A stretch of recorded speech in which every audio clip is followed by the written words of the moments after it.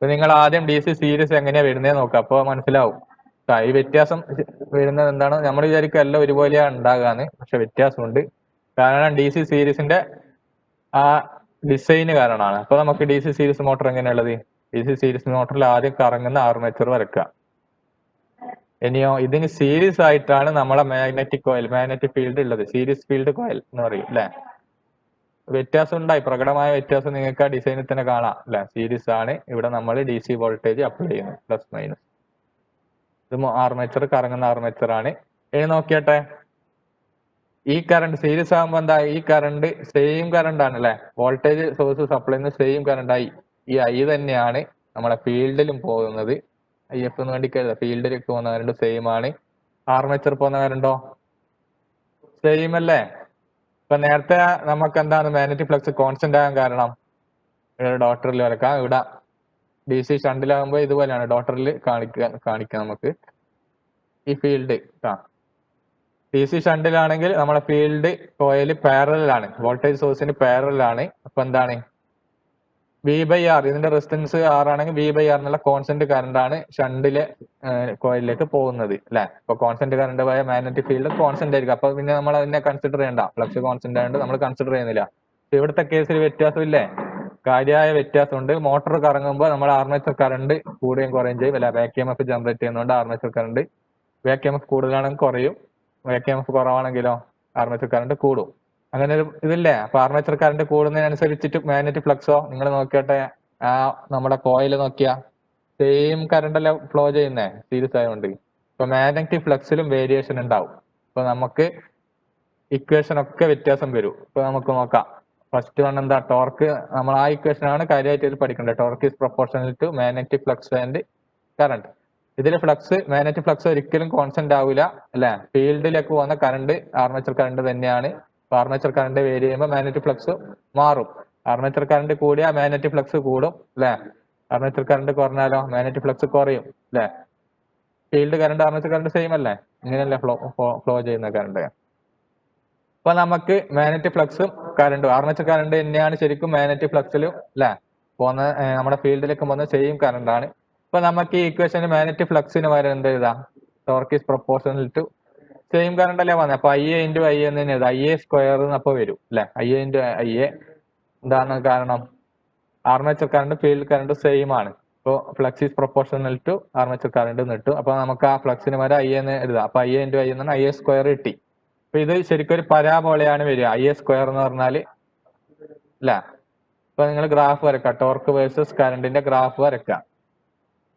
ഇപ്പൊ ഇത് IA = 2 ampere ആണെങ്കിൽ IA² എത്ര വരും? Torque is proportional to IA². IA² 4 കിട്ടൂലേ. അപ്പൊ ഇവിടെ 2 ആകുമ്പം ഇവിടെ 4 എന്നുള്ള രൂപത്തിൽ വരും. ടോർക്ക് 4 എന്നുള്ള രൂപത്തിൽ വരും. അപ്പൊ വരച്ച് 2 ആകുമ്പോ 4, 3 ആകുമ്പോ 9 അല്ലെ. ഇത് 2 ആകുമ്പോ ഇവിടെ 4 വലുപ്പത്തിൽ വരക്കാം. നമ്മൾ കറണ്ട് 2 ആകുമ്പോ ടോർക്ക് ഈസ് പ്രൊപ്പോർഷണൽ ടു 4 എന്ന് കിട്ടും അല്ലെ. അപ്പൊ ഇവിടെ 4 എന്ന് നമുക്ക് എഴുതാം. കറണ്ട് 3 ആകുമ്പോ ലീനിയർ അല്ല വരിക, നോക്കിയാൽ മതി. കറണ്ട് 3 ആകുമ്പോ 9 എന്നുള്ള കേസ് കിട്ടും. 9 കുറച്ച് ദൂരല്ലേ.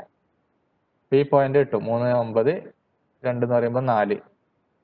ഇപ്പൊ നോക്കട്ടെ, ഇതെല്ലാം കമ്പൈൻ ചെയ്യുമ്പോ ഒരു പരാബോള പോലെയാണ് വരിക. വരച്ചത് കുറച്ച് ഇതായി, സ്കെയിലൊന്നും ഇല്ലാതുകൊണ്ട് കുറച്ച് ബുദ്ധിമുട്ടാണ്.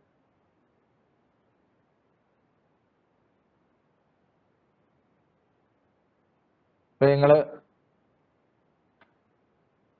2, ഇത് 4, 6 എന്നുള്ള രൂപത്തിൽ വിചാരിക്കുക. ഇപ്പൊ 2 ആകുമ്പോ ടോർക്ക് 4ന്റെ അടുത്ത് കിട്ടും. പ്രൊപ്പോർഷണാലിറ്റി ആണ് കേട്ടോ. 4 ആകുമ്പോ 16 ആണ് വരിക. 16 പറഞ്ഞാൽ ഇത്ര ദൂരം, നല്ല ദൂരത്ത് കിടക്കൂലേ. ഇവിടെ 16 എന്ന് വിചാരിക്കുക. അപ്പൊ ഈ പോയിന്റ് കിട്ടും. ഇവിടെ 2. അപ്പൊ ഇങ്ങനെ ആകുമ്പോ ഒരു പരാബോള പോലെയാണ് വരിക കേട്ടോ. പരാബോള വരെയാണ് തുടക്കത്തിൽ വരിക, O2A. പിന്നെ കുറച്ച് കഴിയുമ്പോൾ നിങ്ങൾ ആലോചിക്കുക, ഇത് മാഗ്നറ്റിക് ഫ്ലക്സ് ഒക്കെ ഒരു പരിധി വരെ നമുക്ക് കൂട്ടാൻ പറ്റും, പിന്നെ കോൺസ്റ്റന്റ് ആയിട്ട് കിടക്കും. ഒരു പരിധി വരെ അല്ലേ മെറ്റീരിയൽ മാഗ്നറ്റിക് ഫീൽഡൊക്കെ ഒരു പരിധി വരെയല്ലേ പറ്റൂ. ഈ കോയിലിന് ഒരു ലിമിറ്റ് ഉണ്ട്. അപ്പൊ ആ ലിമിറ്റ് കൂടുതൽ ഈ കറണ്ട് കൂടിയോണ്ട് കാര്യം ഉണ്ടാ ഇല്ല. പിന്നെ മാഗ്നറ്റിക് ഫീൽഡിന് വലിയ എഫക്റ്റ് ഒന്നും ഇല്ല. പിന്നെ നമ്മളെ DC ഷണ്ട് പോലെ തന്നെ torque is proportional to current മാത്രമാണ് വരിക. അപ്പൊ ഈ ഭാഗം AB യിലോ സ്ട്രെയിറ്റ് ലൈൻ ആയിരിക്കും. അപ്പൊ പരാബോള പ്ലസ് സ്ട്രെയിറ്റ് ലൈൻ ആയിട്ടാണ് ഗ്രാഫ് വരിക. O to A torque is proportional to IA square. ഇപ്പൊ എന്താ ഇനീഷ്യലി ഒരു പരാബോള വരും, പിന്നെ ബാക്കി DC ഷണ്ട് മോട്ടോർ പോലെ അല്ലെ. ടോർക്ക് ഈസ് പിന്നെ എന്താ മാഗ്നറ്റിക് ഫ്ലക്സ് കോൺസ്റ്റന്റ് ആയിട്ട് മാറും, കറണ്ട് പിന്നെ കൂട്ടേണ്ട കാര്യമില്ല. കുറച്ച് കഴിഞ്ഞാൽ A to B straight line ആയിട്ടാണ് വരിക. അപ്പൊ കാര്യമായ വ്യത്യാസം ഇല്ലേ. DC ഷണ്ട് ആണെങ്കിലോ തുടക്കത്തില് torque is proportional to current മാത്രമാണ്, DC ഷണ്ട് ആണെങ്കിൽ സ്ട്രെയിറ്റ് ലൈൻ ആണ് വരുന്നത് അല്ലെ. ഇതാണെങ്കിൽ ഒരു പരാബോള കൂടി വന്നു DC സീരീസ് മോട്ടോറിൽ. ഇനി നമുക്ക് രണ്ടാമത്തെ കേസ് നോക്കാം, speed versus current, armature current. നമ്മളെ ഇക്വേഷൻ നിങ്ങൾ ജസ്റ്റ് ഒന്ന് ഓർമ്മിച്ച് വെക്കണം. അതായത് ബൈഹാർട്ട് പഠിക്കേണ്ട മെയിൻ ആയിട്ടുള്ള ഇതാണ് V minus IARA by magnetic flux അല്ലേ സ്പീഡിന്റെ ഇക്വേഷൻ. സ്പീഡ് ഇതിൽ നോക്കിയാല് DC സീരീസ് മോട്ടറിന്റെ പ്രത്യേകത ഈ IARA വോൾട്ടേജ് ജനറലി കൂടുതലായിരിക്കും. അപ്പൊ ഈ IARA ഡ്രോപ്പ് ഇല്ലേ, വോൾട്ടേജ് ഡ്രോപ്പ് നമുക്ക് നെഗ്ലക്ട് ചെയ്യാം. കമ്പയർ ടു വോൾട്ടേജ് ആകുമ്പോൾ എന്താ വലിയ വോൾട്ടേജ് ആണ് അപ്ലൈ ചെയ്യുന്നത്, അപ്പൊ ചെറിയ ഡ്രോപ്പ് ഉള്ളത് ആ ഡിസൈൻ കാരണമാണ് ഇഷ്ടം. ഈ IA ഡ്രോപ്പിന് നമുക്ക് നെഗ്ലക്ട് ചെയ്യാം. അപ്പൊ എന്ത് കിട്ടും, speed is proportional to voltage by magnetic flux എന്ന് കിട്ടും അല്ലെ. വോൾട്ടേജ് ബൈ മാഗ്നറ്റിക് ഫ്ലക്സ് അങ്ങനെയാണ് കിട്ടുക. പക്ഷെ DC സീരീസിലാണെങ്കിൽ നിങ്ങൾക്കറിയാം, വരച്ച് നോക്കിയാട്ടെ DC സീരീസ്. ഇപ്പൊ കറണ്ട് കൂടുമ്പോ എന്ത് സംഭവിക്കും, കറണ്ട് കൂടുമ്പോ ഇവിടുത്തെ കറണ്ട് ഫീൽഡിലേക്ക് പോകുന്ന കറണ്ട് കൂടിയില്ലേ, ഈ ഫീൽഡിലെ കറണ്ട് കൂടും. ഫീൽഡിലെ കറണ്ട് കൂടിയാലോ മാഗ്നറ്റിക് ഫീൽഡോ, കറണ്ട് കൂടിയ മാഗ്നറ്റിക് ഫീൽഡും ഇവിടെ വരുന്ന മാഗ്നറ്റിക് ഫീൽഡും കൂടൂലേ. ഫീൽഡിൽ കറണ്ട് കൂടുമ്പോൾ മാഗ്നറ്റിക് ഫീൽഡും കൂടും. നിങ്ങൾ റിലേഷൻ നോക്കിയാട്ടെ, സ്പീഡ് മാഗ്നറ്റിക് ഫ്ലക്സ് ഇൻവേഴ്സ് റിലേഷനാ. അപ്പൊ എന്താ മാഗ്നറ്റിക് ഫ്ലക്സ് കൂടുകയാണെങ്കിൽ സ്പീഡ് എന്താ സംഭവിക്കും, കുറയും. അങ്ങനെയാണ് വരുന്നത് അല്ലെ.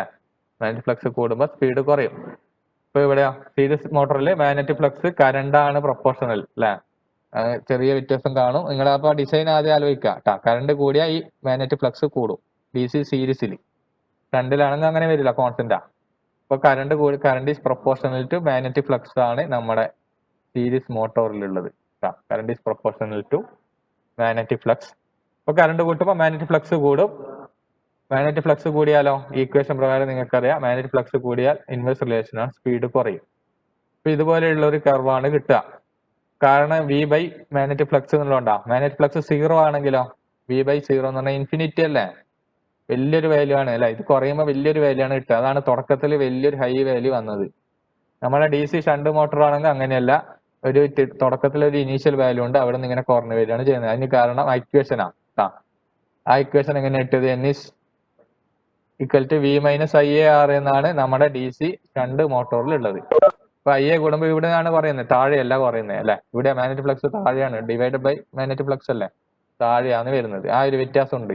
ഇപ്പൊ DC ഷണ്ടിന്റെ കേസിലാണെങ്കിൽ നമ്മൾ ഒരു ആദ്യം ഇനീഷ്യൽ ഒരു സ്പീഡ് ഉണ്ടാവും, അവിടുന്ന് കുറഞ്ഞ് കറണ്ട് കൂട്ടുമ്പോൾ കുറഞ്ഞ് വരികയാണ് ചെയ്യുക. ഇതുപോലെയാണ് വരിക. പക്ഷെ DC സീരീസിൽ എത്തുമ്പോ താഴെയാണ് അല്ലെ, പ്രൊപ്പോർഷണൽ ടു മാഗ്നറ്റിക് ഫ്ലക്സ് താഴെയാണ് വരുന്നത്. അപ്പൊ എന്താ ഇത് 0 ആകുമ്പോൾ ഇനീഷ്യലി തുടക്കത്തിൽ വളരെ ഹൈ ആയിട്ടുള്ള സ്പീഡ് ഉണ്ടാവും, പിന്നെ കൂട്ടുന്നതനുസരിച്ച് കുറഞ്ഞ് വരികയാണ് ചെയ്യുക. പിന്നെയോ ഇത് പിന്നെ വീണ്ടും ഇവിടെ എത്തുമ്പോൾ നിങ്ങൾക്കൊരു സ്ട്രെയിറ്റ് ലൈൻ ആകുന്ന കാണാം. കുറച്ച് കഴിഞ്ഞ് കഴിഞ്ഞാൽ നമുക്കറിയാം മാഗ്നറ്റിക് ഫ്ലക്സ് കറണ്ട് കൂട്ടുകൊണ്ട് കൂടുക ഇല്ല, ഒരു ലിമിറ്റ് എത്തിക്കഴിഞ്ഞാൽ മാഗ്നറ്റിക് ഫ്ലക്സ് കോൺസ്റ്റന്റ് ആയിട്ട് മാറും. അപ്പൊ ഇത് മാഗ്നറ്റിക് ഫ്ലക്സ് കോൺസ്റ്റന്റ് ആയ സ്പീഡോ, പിന്നെ നിങ്ങൾ കറണ്ട് ഈ ഭാഗം ഈ ഭാഗത്ത് കറണ്ട് വിട്ടുകൊണ്ട് കാര്യമുണ്ടോ, മാഗ്നറ്റിക് ഫ്ലക്സ് കോൺസ്റ്റന്റ് ആയി. അപ്പൊ എന്താ സ്പീഡ് അതേ സ്പീഡിൽ തന്നെ നിൽക്കൂല, കോൺസ്റ്റന്റ് അല്ലേ, വോൾട്ടേജും കോൺസ്റ്റന്റ് ആണ്, മാഗ്നറ്റിക് ഫ്ലക്സും കോൺസ്റ്റന്റ് ആയി. ഒരു പരിധി കൂടിയാൽ സാച്ചുറേഷൻ ലെവലിൽ എത്തിക്കഴിഞ്ഞാൽ. അപ്പൊ ഇങ്ങനെയാണ് ഗ്രാഫ് കിട്ടുക. അപ്പൊ നിങ്ങൾക്ക് ഇനി സ്പീഡ് വേഴ്സസ് ടോർക്ക് കാരന്റെ ഗ്രാഫ് പഠിക്കേണ്ട ആവശ്യമില്ല, സെയിം കാര്യം തന്നെയാണ് സ്പീഡ് വേഴ്സസ് ടോർക്കിലും വരിക. ആ കാര്യം നിങ്ങൾ എഴുതുക. ഇതുപോലെയാണ് നമ്മുടെ DC സീരീസ് മോട്ടറിൽ വരിക അല്ലെ. കർവ് ഇങ്ങനെയാണ് വരിക, കുറയുന്നത് തന്നെയാണ്, പക്ഷെ കർവ് ഒരു ഹൈപ്പർബോള മോഡലാണ് വരുന്നത്. അപ്പൊ സ്പീഡ് വേഴ്സസ് ടോർക്ക് കാര്യോ സെയിം ആയിരിക്കും അല്ലെ. നമുക്കറിയാം ടോർക്ക് ഈസ് പ്രൊപ്പോർഷണൽ ടു എന്താണ് I സ്ക്വയർ എന്നുള്ള രൂപത്തിലാണ് ഇതിൽ വരുന്നത് അല്ലെ. Torque is proportional to IA square, ആ രൂപത്തിൽ തന്നെയാണ് വരുന്നത്. ഇപ്പൊ സെയിം ഗ്രാഫ് തന്നെയാണ് നമുക്ക് കിട്ടുക, speed versus torque same almost same graph തന്നെയാണ് കിട്ടുക. അപ്പൊ നിങ്ങൾ ഇക്വേഷൻ നോക്കിക്കഴിഞ്ഞാൽ എങ്ങനെയാണ് കിട്ടുക, സ്പീഡ് ആദ്യം നമുക്കറിയാം, ഇതാണ് ആദ്യം എഴുതേണ്ടത്. Speed is equal to voltage by magnetic flux അല്ലെ. Speed is equal to voltage by magnetic flux എന്നുള്ള രൂപത്തിലാണ് ഡി സി സീരീസിൽ വരുന്നത്. ഇക്വേഷൻ ഇത്ര ഇമ്പോർട്ടൻ്റ് അല്ല കേട്ടോ, നിങ്ങൾ ഈ കാര്യം തന്നെ പഠിച്ചാൽ മതി. ഈ കാര്യം പോലെ തന്നെയാണ് വരിക. അപ്പൊ ഇനി മാഗ്നറ്റിക് ഫ്ലക്സ് ഇതിൽ നിന്ന് ടോർക്കുമായിട്ട് എങ്ങനെ ബന്ധപ്പെടുന്നുള്ളതാണ് നോക്കുന്നത്. ഇതിൽ ഇപ്പൊ ടോർക്ക് ഈസ് പ്രൊപ്പോർഷണൽ ടു നേരത്തെ പറഞ്ഞ പോലെ തന്നെ magnetic flux into I A square. നമുക്ക് വേണ്ടിക്ക് ഇതിനെ ഫ്ലക്സിന്റെ രൂപത്തിൽ എഴുതാം അല്ലെ, രണ്ടും സെയിം തന്നെയല്ലേ. Torque is proportional to I A square അല്ലെ മാഗ്നറ്റിക് ഫ്ലക്സ് സ്ക്വയർ എന്ന് എഴുതാം, കുഴപ്പമൊന്നുമില്ല. അപ്പൊ ഇതിൽ നിന്ന് ഫ്ലക്സ് എന്ത് കിട്ടും? Flux is proportional to root of T എന്ന് കിട്ടും അല്ലെ. അപ്പൊ ഈ ഇക്വേഷനിൽ അത് സബ്സ്റ്റിറ്റ്യൂട്ട് ചെയ്താൽ മതി. ഇവിടെ ഫ്ലക്സിന് പകരം റൂട്ട് ടി സബ്സ്റ്റിറ്റ്യൂട്ട് ചെയ്താൽ മതി. അപ്പൊ എന്ത് കിട്ടും? Speed is proportional to V by root T. ഇപ്പൊ വോൾട്ടേജ് പൊതുവെ ഡി സി ആകുമ്പോൾ കോൺസ്റ്റന്റ് അല്ലേ, അപ്പൊ speed is proportional to root T എന്നുള്ള രൂപത്തിലാണ് വരിക. ടി എന്ന് പറയുന്നത് ടോർക്ക്. ഇപ്പൊ ഗ്രാഫ് അതുപോലെ തന്നെ, നിങ്ങൾ ആ കാര്യം ആലോചിച്ചാൽ മതി. ഗ്രാഫ് സ്പീഡ് വേഴ്സസ് കറണ്ടും സ്പീഡ് വേഴ്സസ് ടോർക്കും സെയിം ആണ്, വലിയ വ്യത്യാസങ്ങളൊന്നും ഇല്ല. അപ്പൊ അത്രയാണ് ഡി സി സീരീസിൽ വരിക. അപ്പൊ ഫസ്റ്റ് വൺ എന്താണ്? ടോർക്ക് വേഴ്സസ് കറണ്ടിൽ ഒരു പരാബോള മോഡലാണ് കിട്ടുക. അതാണ് കമ്പാരിസൺ ആണ് ചോദിക്കുക നിങ്ങൾക്ക്. ഡി സി ഷണ്ടും ഡി സി സീരീസും തമ്മിലുള്ള കമ്പാരിസൺ ആണ് ചോദിക്കുക. ഇപ്പൊ ഡി സി സീരീസ് ആണെങ്കിൽ സ്ട്രെയിറ്റ് ലൈൻ ആണ്, തുടക്കം മുതലേ സ്ട്രെയിറ്റ് ലൈൻ ആണ് അല്ലെ. ഡി സി ഷണ്ടില്, ഡി സി സീരീസ് ആകുമ്പോഴോ torque is proportional to I A square എന്നാണ് കിട്ടുക. മാഗ്നറ്റിക് ഫ്ലക്സിന് ഇവിടെ ഇതുണ്ട്, മാഗ്നറ്റിക് ഫ്ലക്സും വേരി ചെയ്യുന്നതാണ് തുടക്കത്തിൽ. ഇപ്പൊ torque is proportional to I A square എന്നുള്ള രൂപത്തിലാണ് വരുന്നത്. അപ്പൊ എന്താ, പരാബോളയാണ് തുടക്കത്തിൽ വരിക. കുറച്ച് കഴിഞ്ഞാൽ മാഗ്നറ്റിക് ഫ്ലക്സ് കോൺസ്റ്റന്റ് ആയി, പിന്നെ torque is proportional to I A. D C ഷണ്ടിന്റെ അതേ കാര്യമാണ് വരിക. ഇതാണ് സ്പീഡ് അല്ല ടോർക്ക് വേഴ്സസ് ആർമേച്ചർ. സ്പീഡിന്റെ കേസ് സ്പീഡ് ഈസ് ഇതാണ് വരിക, speed is inverse related to magnetic flux, താഴെയാണ് ഡിവൈഡ് ബൈ മാഗ്നറ്റിക് ഫ്ലക്സ്. ഇപ്പൊ തുടക്കത്തിൽ ഒരു ഹൈ വാല്യൂ അല്ല, ഫ്ലക്സ് സീറോ ആകുമ്പോൾ വെരി ഹൈ വാല്യൂ അല്ലേ വരിക. അപ്പൊ തുടക്കത്തിൽ ഹൈ വാല്യൂ ഉണ്ടാവും. അപ്പൊ ഇതുപോലെയാണ് ഗ്രാഫ്, നേരത്തെ ഗ്രാഫായിട്ട് വ്യത്യാസമുണ്ട്, രണ്ട് മോട്ടറും തമ്മിൽ വ്യത്യാസമുണ്ട്. പിന്നെയുള്ള ഗ്രാഫോ രണ്ടും സെയിം ആയിരിക്കും. സ്പീഡ് വേഴ്സസ് കറണ്ടും സ്പീഡ് വേഴ്സസ് ടോർക്ക് സെയിം ആയിരിക്കും. നിങ്ങൾ ഇങ്ങനെ പറഞ്ഞാൽ മതി, കറണ്ട് കൂടുമ്പോൾ ടോർക്ക് കൂടും, അതുകൊണ്ട് ഇങ്ങനെ വരുന്നത് പറഞ്ഞാൽ മതി കേട്ടോ. കൂടുതൽ പറയേണ്ട ആവശ്യമില്ല.